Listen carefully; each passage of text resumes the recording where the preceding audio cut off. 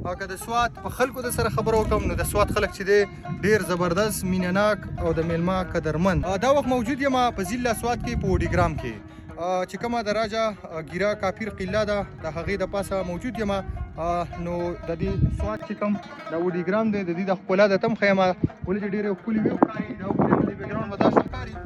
د دې نه علاوه که د سوات په خلکو د سره خبرو وکړم نو د سوات خلک چې دی ډېر زبردست مینه ناک او د میلمه قدرمند چې د میلمه قدر کوي داسې خلک دی. زه راغلی یم زما چې دی دویمه شپه ده تقریبا 2 شپې مو شولې ډېر قدر عزت یې الله کوم خاص کر دا فاروق بھائی د تم خیمه دا دی په دې ټایم کې چې دی ماله ویډیو کوي دا دی نو فاروق چې دی ماله ډېر قدر عزت راکو.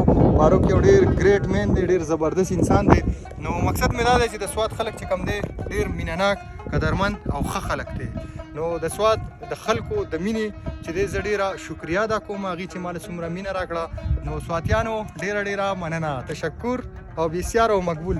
دا وګورئ دا ویو ته وښیه څومره ښکلې ویو ده د وډیګرام ده. دا وګورئ تاسو هم راچکر شئ او خوندونه ترې واخلئ.